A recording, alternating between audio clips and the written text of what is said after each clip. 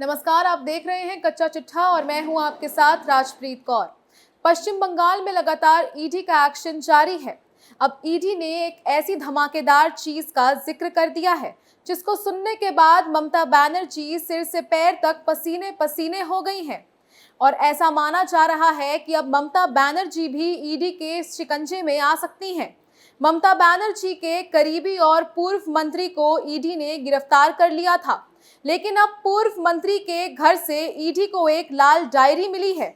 अब यही लाल डायरी ममता सरकार के सारे राज से पर्दा उठाएगी, क्योंकि इस डायरी में कई सफेदपोश नेता के नाम हैं जो कोड वर्ड में लिखे हैं, जिनको डी कोड करने के लिए ईडी ने अपने तरीके आजमाने शुरू कर दिए हैं। लाल डायरी में किन किन सफेदपोश नेताओं के नाम का जिक्र कोड वर्ड में किया गया है और कैसे अब ममता बनर्जी पर खुद ही गिरफ्तारी की तलवार लटक गई है, इसी का पूरा कच्चा चिट्ठा आज खोलेंगे। ईडी के हाथ लगी ज्योतिप्रिय की डायरी। लाल डायरी खोलेगी ममता के राज। सफेदपोश नामों का डायरी में जिक्र। गिरफ्तार हो सकती है ममता बनर्जी। पश्चिम बंगाल में ईडी की कार्रवाई से एक तरफ ममता सरकार में हड़कंप मचा हुआ है, तो दूसरी तरफ ईडी को बड़ी कामयाबी भी मिली है, जिससे ममता बनर्जी बुरी तरह से बैकफुट पर आ गई है। दरअसल राशन घोटाले में ईडी को जो बड़ी कामयाबी मिली है, उसके बाद ममता बनर्जी की उल्टी गिनती भी शुरू हो गई है। ईडी को रेड के दौरान इस घोटाले से जुड़ी एक अहम लाल डायरी मिली है, जिसमें राशन घोटाले से जुड़े लोगों के नाम कोड वर्ड में लिखे हैं। पूर्व मंत्री ज्योतिप्रिय मलिक के ठिकानों पर छापामारी के दौरान ईडी को मरून रंग की डायरी मिली। इस डायरी में घोटाले का पूरा लेखा जोखा दर्ज है। ईडी ने इस डायरी को जब्त कर लिया है। अब इस लाल डायरी के हाथ लगते ही ममता बनर्जी की टेंशन बढ़ गई है, क्योंकि ये कोई साधारण डायरी नहीं है। इस लाल डायरी में कैश और रसीदों की पूरी जानकारी है। ईडी सूत्रों के मुताबिक जांच के दौरान बकीबूर रहमान की 3 शेल कंपनियों का पता चला, जिसमें डमी डायरेक्टर थे और जिसके जरिए राशन की खरीद फरोख्त हो रही थी। ये 3 कंपनियां Hanuman Realcon Private Limited, Gracious Innovative Private Limited और ग्रेशियस क्रिएशन प्राइवेट लिमिटेड के नाम से हैं। इन 3 कंपनियों में अवैध तरीके से 20 करोड़ से ज्यादा रुपए आए। ज्योतिप्रिय मलिक के करीबी बकीबूर रहमान ने बताया कि इन कंपनियों का पैसा लोन के रूप में food and supply minister Jyotipriya Mallick को जा रहा था और वो इसके लाभार्थी थे। क्योंकि लोन वापस नहीं लिया गया, वहीं इस मामले में आगे की जांच से पता चला कि 3 कंपनियों के पहले निदेशक और शेयर धारक ज्योतिप्रिय मलिक की पत्नी मणिदीपा मलिक और उनकी बेटी प्रियदर्शनी मलिक थी। इन कंपनियों में बोगस शेयर प्रीमियम और अनाज के व्यापार से मिले फायदे के नाम पर पैसा जमा किया गया। इतना ही नहीं, इन कंपनियों से 20 करोड़ से ज्यादा रुपए बकीबूर रहमान के साले के बैंक अकाउंट में गए।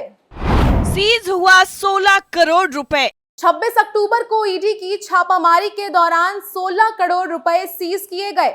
छापामारी के दौरान ईडी ने ज्योतिप्रिय मलिक के घर से इन कंपनियों के स्टैंप बरामद किए।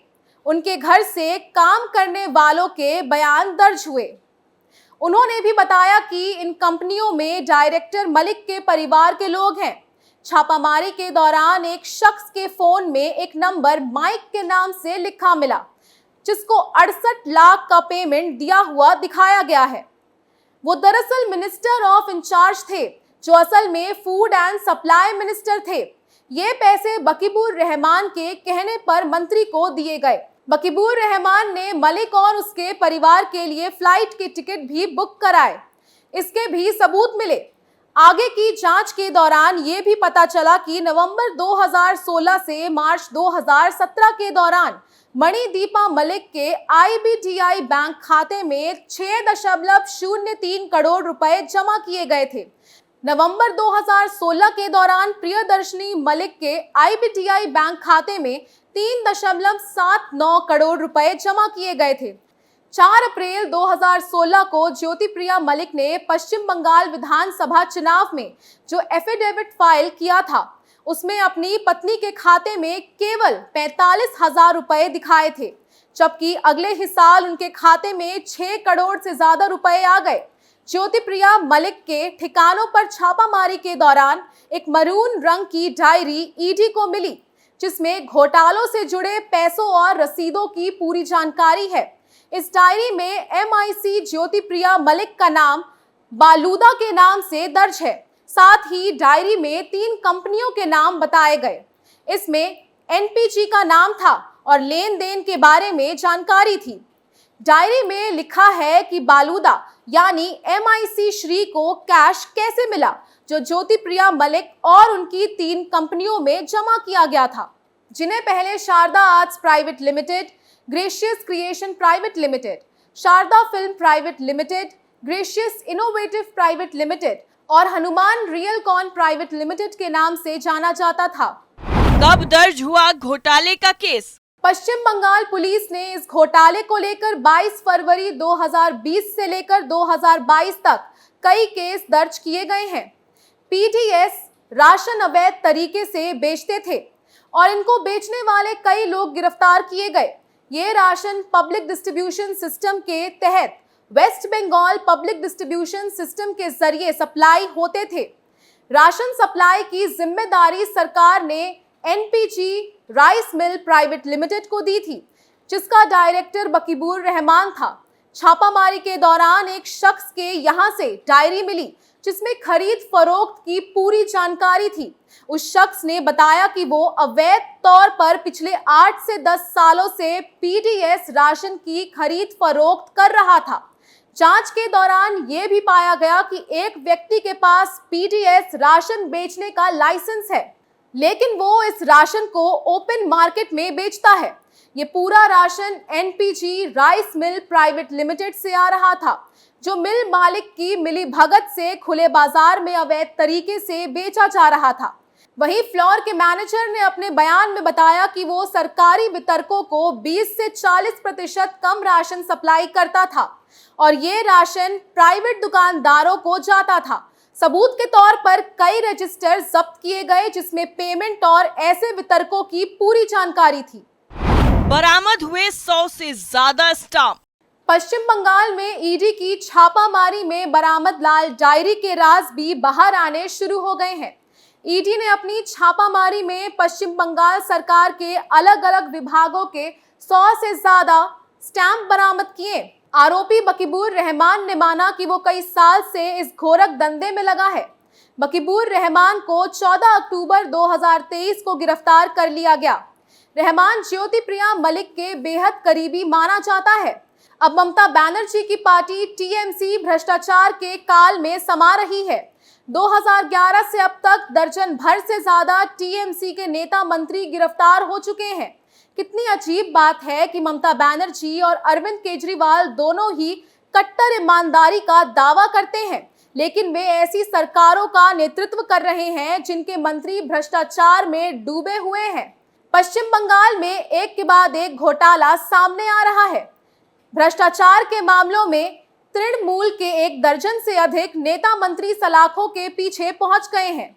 साल 2011 के बाद से जब बंगाल में 34 साल के वाम मोर्चा शासन को खत्म कर वर्तमान तृणमूल कांग्रेस शासन सत्ता में आई, लेकिन अब वो भ्रष्टाचार में रोज रोज नए रिकॉर्ड कायम कर रही है। राज्य में शिक्षक भर्ती घोटाला, कोयला तस्करी मामला, नगर पालिका नियुक्ति घोटाला में कई पूर्व मंत्री विधायक गिरफ्तार हो चुके हैं। इस सिलसिले में नया नाम वर्तमान वन मंत्री और पूर्व खाद्य मंत्री ज्योतिप्रिया मलिक का नाम जुड़ गया है। ईडी ने ज्योतिप्रिया मलिक को कई करोड़ रुपए के कथित राशन वितरण घोटाले से संबंधित धन संशोधन निवारण अधिनियम मामले में 18 घंटे से अधिक की पूछताछ के बाद गिरफ्तार कर लिया। ईडी ने इससे पहले मंत्री के एक विश्वास पात्र कारोबारी बकीबुर रहमान को गिरफ्तार किया था। केंद्रीय एजेंसी मामले में घटनाक्रमों के बारे में दोनों का बयान जानने के लिए उन्हें आमने सामने बैठाकर पूछताछ कर सकती है।